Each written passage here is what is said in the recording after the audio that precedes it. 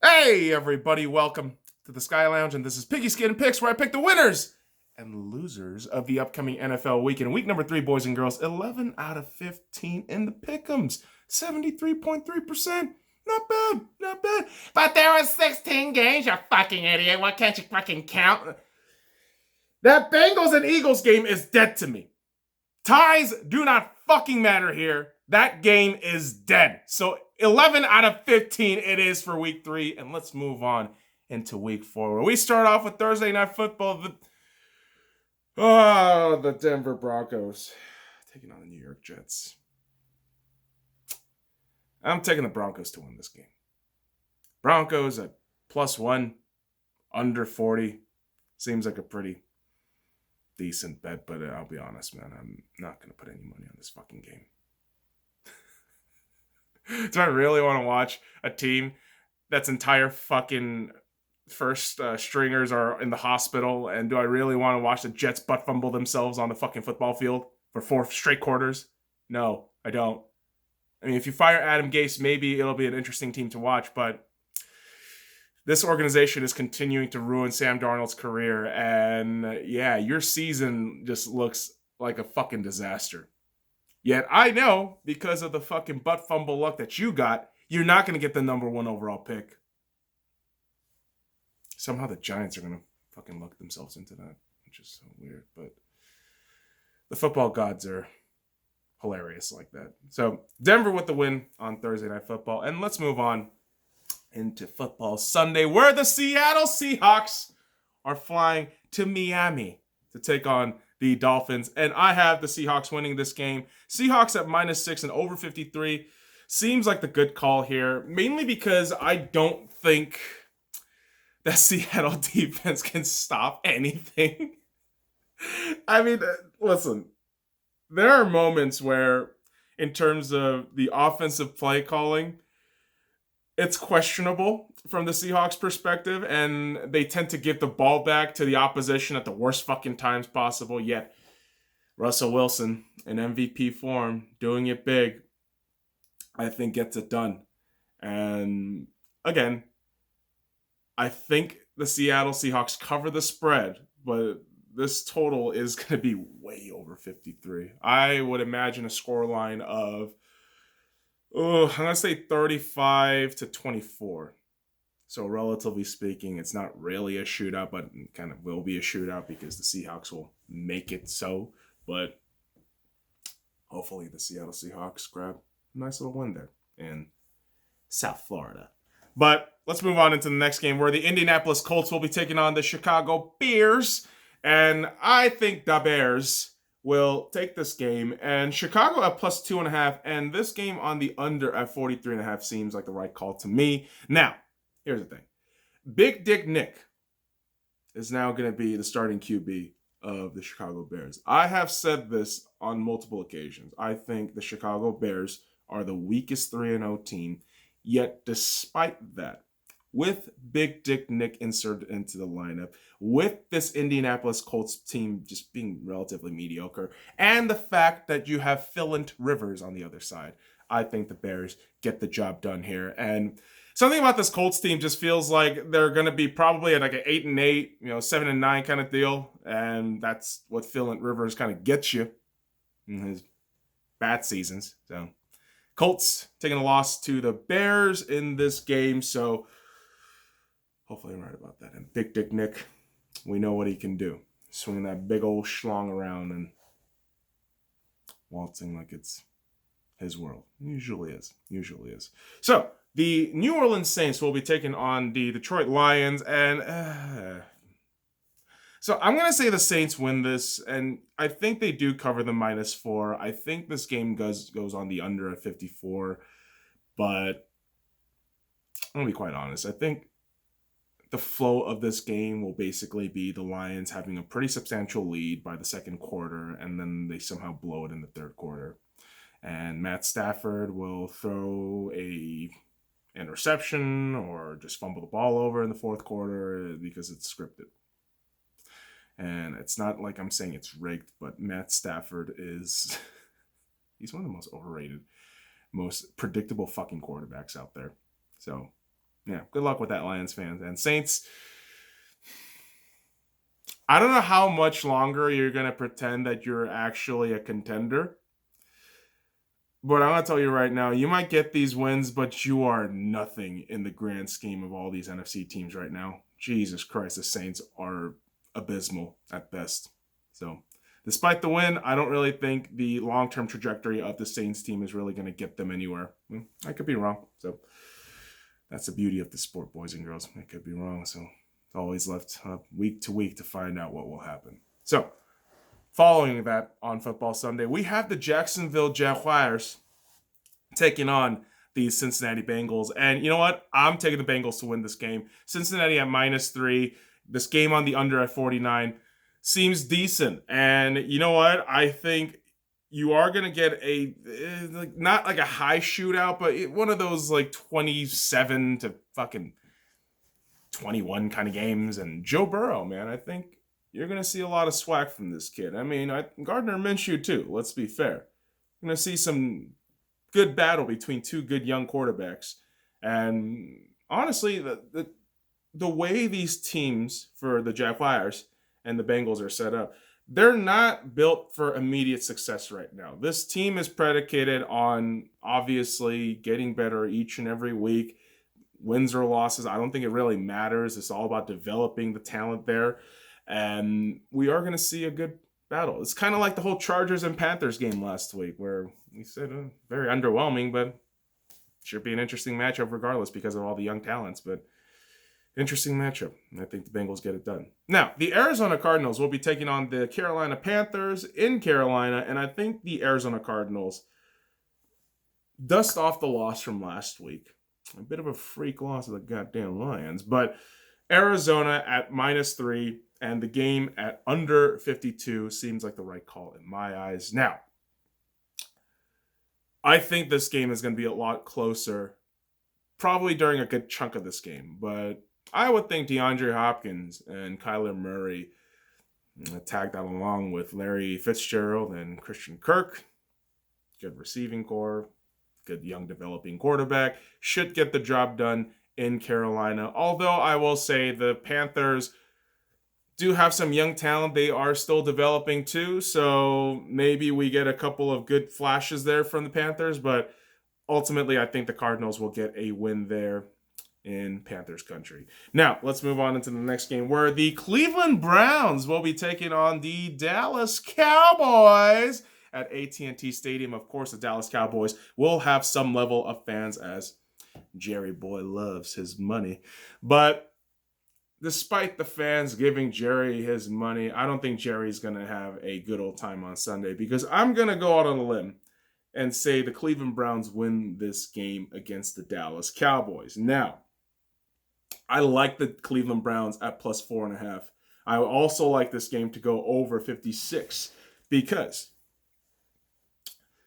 I think with what you have in Nick Chubb and Kareem Hunt might be the best running back duo right now. Now, I have to look into all the, probably stats and all the offensive line shit from other teams, but quite honestly, the Browns have been fucking pounding the shit with Hunt and Chubb. And if they do that and have that small dagger called Baker Mayfield to just flub one in the end zone, you can definitely beat this Cowboys team. Although, on the other hand, the reason why I say this is going to be over at 56 is because Dak has just been playing really well. Now, of course, he has the turnovers. He has all these fucking garbage time yards. But this is a guy who will be a fucking general for his team. And this is why I like Dak. This is why, despite, the general perception of, Cowboys is that they're very hated and all that shit. I don't really hate the Cowboys.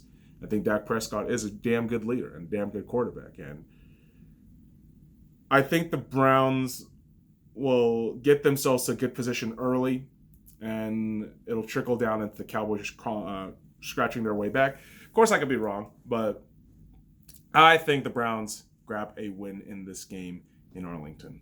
Now, the Minnesota Vikings will be taking on the Houston Texans in a battle between the two 0-3 teams, and I get a feeling the Vikings win this game. I don't know why. I don't know why the fuck I'm picking the fucking Vikings again. But I like Minnesota at +5. I do.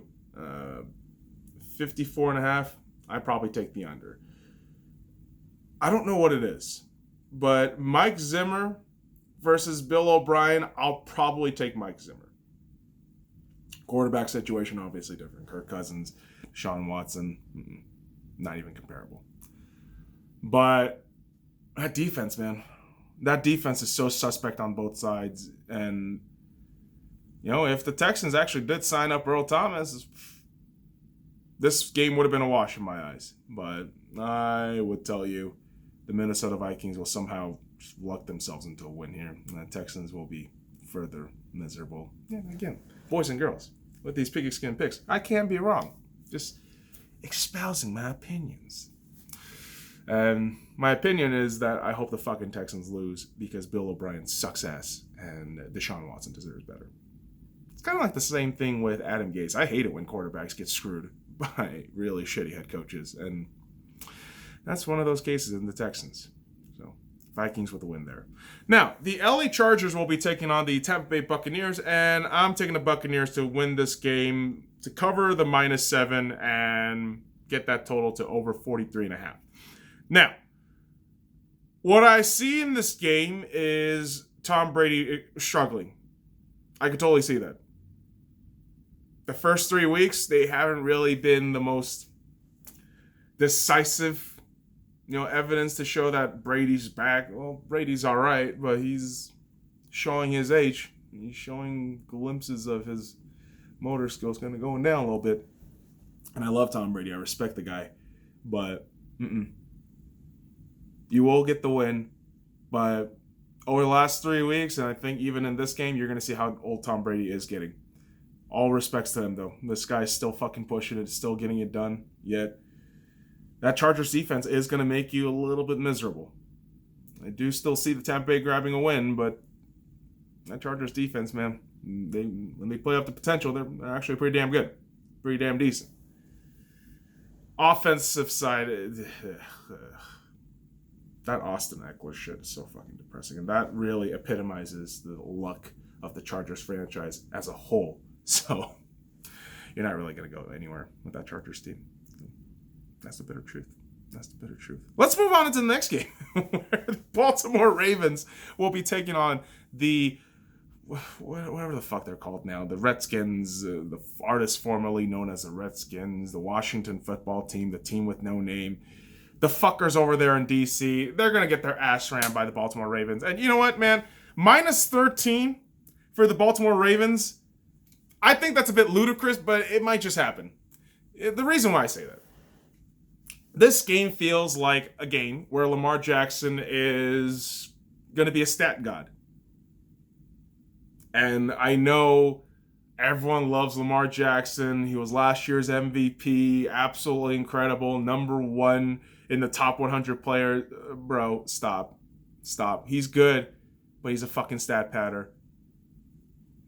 Meaningless games, he's going to get some nice fucking points for you. He's going to be that fantasy football god and all that shit, but nah. This is one of those meaningless games where I see Lamar Jackson putting up points and I think, okay, cool. Do that against a real team. Because, with all due respect, the Redskins, or what the fuck you're called, you're not a real team. You're just not. I mean, I fully expect you to play Alex Smith at some point, probably within this game when Dwayne Haskins inevitably throws 2 fucking interceptions, but good lord. There's nothing good to expect from this team. And yeah, the NFC East is an absolute fucking joke. Oh my god. The Baltimore Ravens are just going to stomp these motherfuckers down to the ground. And so let's go on to the next game, where there could be another potential beatdown between the New York Giants and the LA Rams. Oh my god, the Rams are favored at -13. And you know what? I'd take that. And the under at 47.5. Dude. The Giants are so ass. They're so ass. They are arguably the worst team in the NFC. They are arguably the worst team in fucking football, right next to the Jets. But this is how much of a buttfuck fucking division the NFC East is, all right?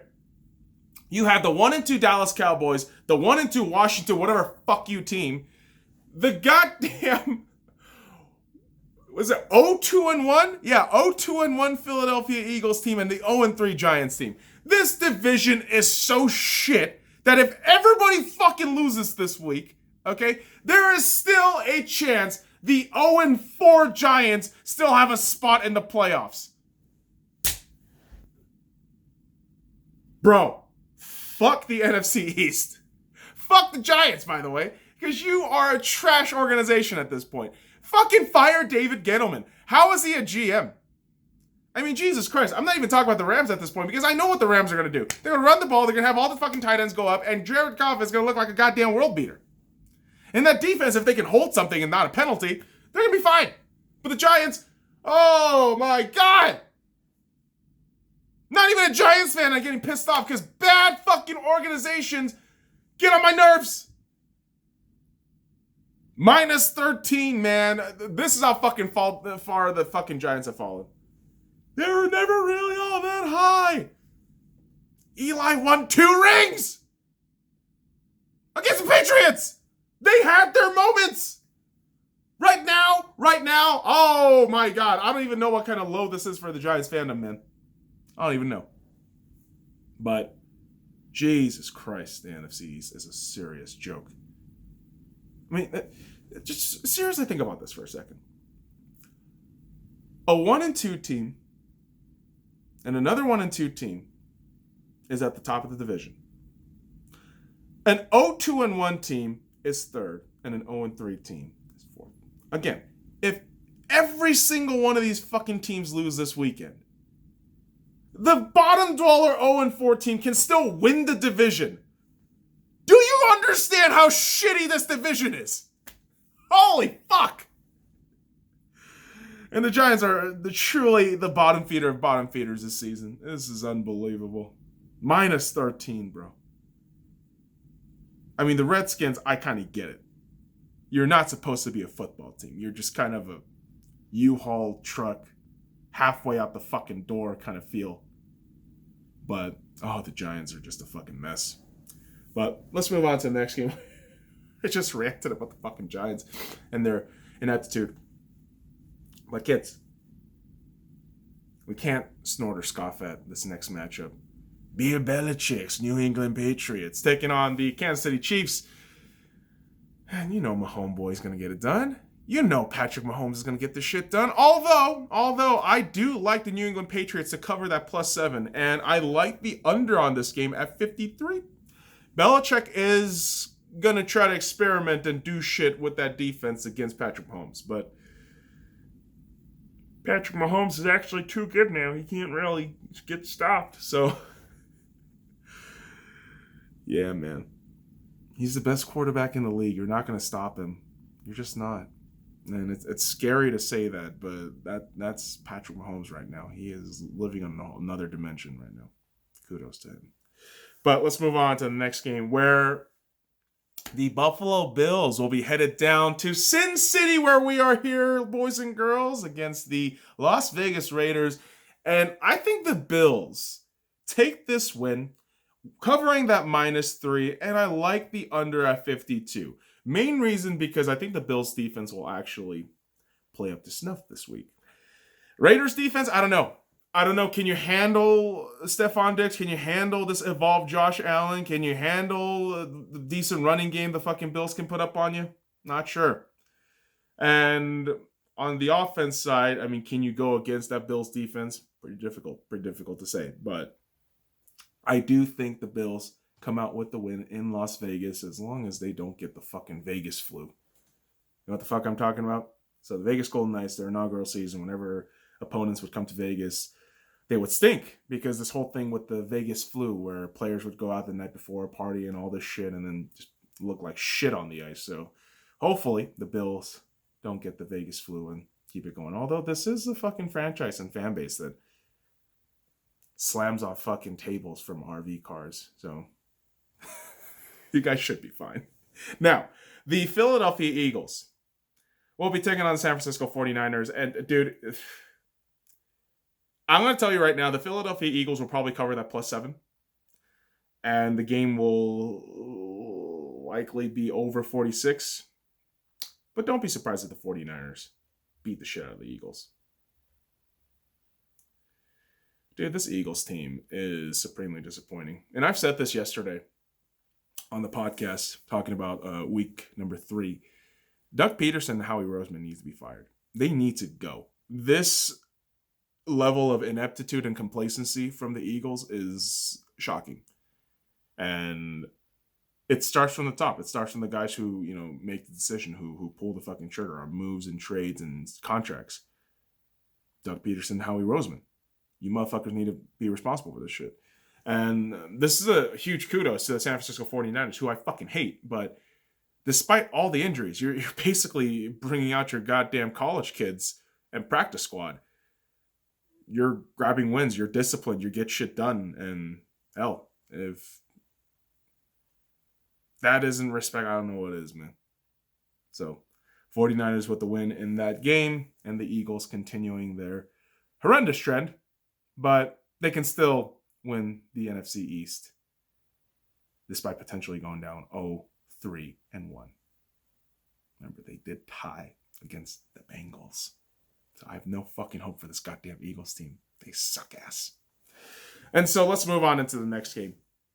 The Atlanta Falcons will be taking on the Green Bay Packers. Dude, Packers at -7 over 57. Come on, bro. Let's move on. Because the fucking Falcons do not deserve an ounce of my time. The Packers are on a roll. They're going to be in Lambeau Field. They're going to be fine. All right. But this next game is a bit curious. So you have the Pittsburgh Steelers taking on the Tennessee Titans. And this game, because of Kung Flu, COVID-19 outbreak in the Tennessee Titans squad, 2 positives if I'm not mistaken, will be moved to either Monday or Tuesday, which is wild. If we have a Tuesday night football game, that would be some shit. But I like the Titans' chances to win this game. Covering that +1 should be pretty decent, pretty easy to do, relatively speaking. Although, Pittsburgh Steelers defense has been playing pretty well. Yet, you do have Derrick Henry on the other side. You do have some decent weapons on the offense. So, I think the Tennessee Titans will be able to take care of the Steelers at home. Under 47, +1. That's my pick for that game. And hopefully, it's either on Monday or Tuesday and it doesn't get fucking postponed, because that would just be another logistical nightmare for the NFL to deal with. But there you go, boys and girls. That will do it here on Piggyskin Picks. So, let's read off all the choices from the start with Thursday Night Football. The Denver Broncos, the Seattle Seahawks, Chicago Bears, New Orleans Saints, Arizona Cardinals, Cincinnati Bengals, Cleveland Browns, Minnesota Vikings, Tampa Bay Buccaneers, Baltimore Ravens, LA Rams, Kansas City Chiefs, Buffalo Bills, San Francisco 49ers, Green Bay Packers, and the Tennessee Titans. So that will do it here for Pigskin Picks for week number 4, boys and girls. Go ahead and follow me at the Sky Lounge on all the links in the description below. Like, comment, subscribe for more daily content. I have to rewind myself there, boys and girls. But until next time, kids,